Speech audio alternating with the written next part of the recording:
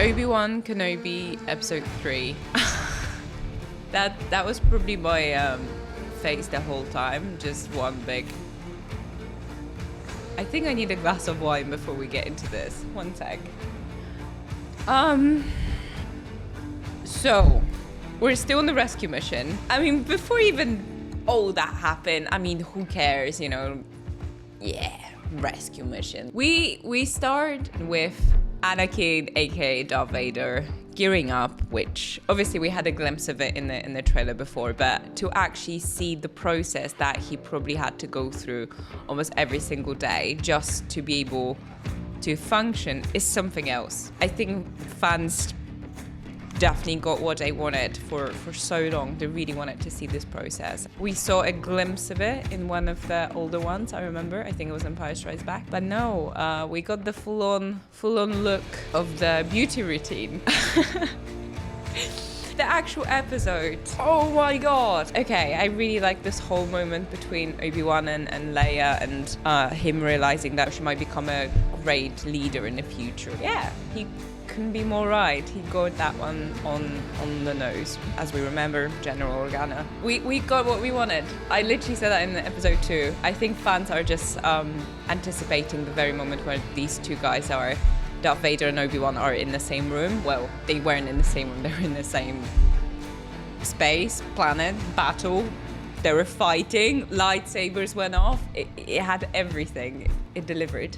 So I'm really, really happy that Deborah Chow did not keep us on our toes for too long. She actually gave us this scene. I think that the moment that we all kind of been waiting for. The whole, you know, the way Darth Vader appeared there, Obi-Wan being able to feel Anakin when, you know, he arrived and stuff, it was obviously spot on because very much that's how the Force works. The lightsaber fight, yeah, it was a tricky one. It was a tricky one because last time we saw them...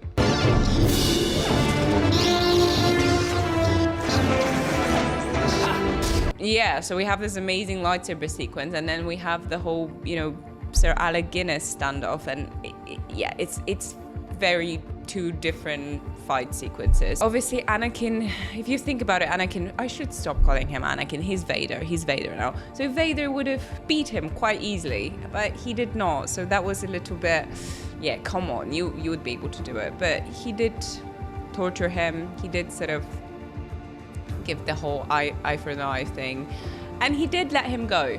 Interesting, which could actually be going back to what Padme said when, you know, she was dying. There is still good in him, so he saved him in a way. I think there is this, like with many Siths, there is this internal conflict that they all have. It's like, hey, I want to do this, but at the same time there are a glimpse of the goodness in you. Obviously we can't say the same thing about Palpatine. He's just, you know, pure evil. But Anakin, I think, I mean, we'll later find out there's still good in him. We'll see how it plays out. The Vader castle. So obviously we know from the games that Vader has or had multiple sanctuaries where he could, you know, go and meditate, take off his suit, do the whole beauty routine, whatever. Never actually got to see them, so it was really, really cool to see those. And one of them being at Mustafar, so the very place where, you know, Obi-Wan and Anakin having their fight, their last fight.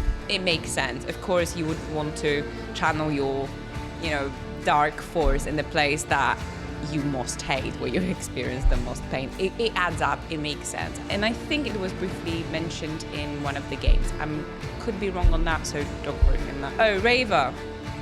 We finally get to find out the real reason. So do you remember the last episode, which we're gonna link down below? I did say that I would like to know what are her motivations, like what is her reasoning, why does she, you know, crave power so much? And we finally have our answers. So the chair of Grand Inquisitor is not even just being in power, but turns out you get to be apprentice of a Vader. So something that, again, we had briefly mentioned in the Star Wars games, in The Force Unleashed particularly, that there was a secret apprentice who actually was also hunting Jedi. So it kind of makes sense, like what Inquisitors are doing. So what Clone Wars and Force Unleashed did, it's not that far apart. It all still makes sense. So I'm really, really glad that they pay attention to what canon has produced so far. It's really cool. It works. Let's see, perhaps she'll become the apprentice. So we get to see Reva try to capture Leia. Let's hope Leia can outsmart her and outrun her. Wink, wink.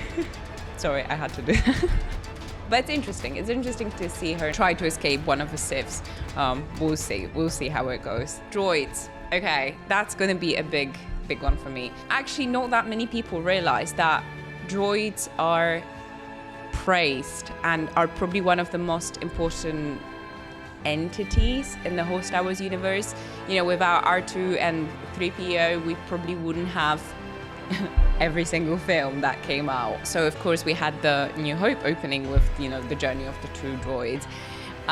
You know, they played a huge role in Return of the I almost said Return of the King, God bless, Return of the Jedi.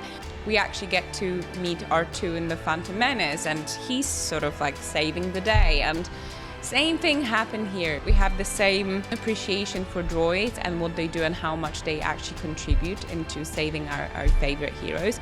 I really like what the series is actually doing with the whole droid situation. Through eyes of Leia, Leia actually points it out very smartly in episode 1 that it's just being, you know, a nice human being if you are nice to droids, and droids can actually save your ass a lot of the time, so it's worth being nice to them. You think you're droids?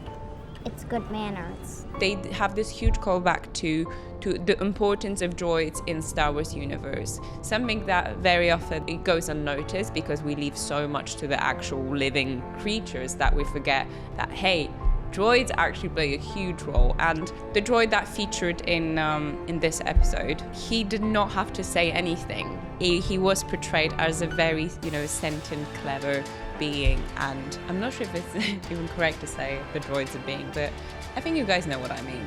Let's leave it being. What an episode, what an episode. Raw CGI in the style of prequels, which I am completely okay with because it works. And most importantly, God bless Deborah Chow. Yeah, may the force be with you.